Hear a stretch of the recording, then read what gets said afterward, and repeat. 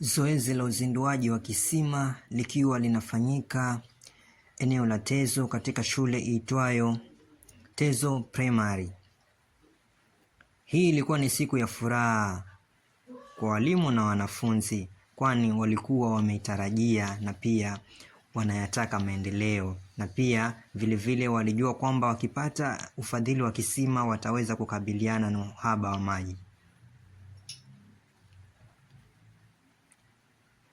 Isitoshe, walisherekea na pia wafadhili hao ambao walikuwa wameandamana na Richard Mangi Mweri waliwapa zawadi wanafunzi na walimu pia. Hii ni siku ambayo itakuwa kwenye kumbukumbu katika safari ya usawa na maendeleo aliyoianzisha Mheshimiwa Richard Mangi Mweri, ambaye ni diwani mtarajiwa katika wadi ya Tezo.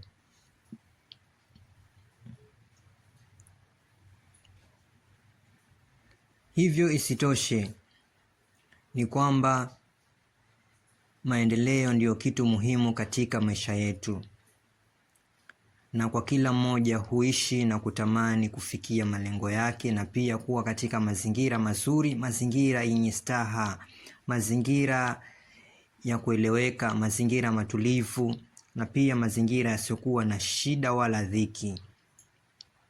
Kwa kweli Mheshimiwa Richard Mangi Mweri inabidi tumheshimu pakubwa, na vile pia tumpe pongezi kwa kuwa yeye ni mtu miongoni mwa watu wema, watu wenye utu katika kaunti hii ya Kilifi.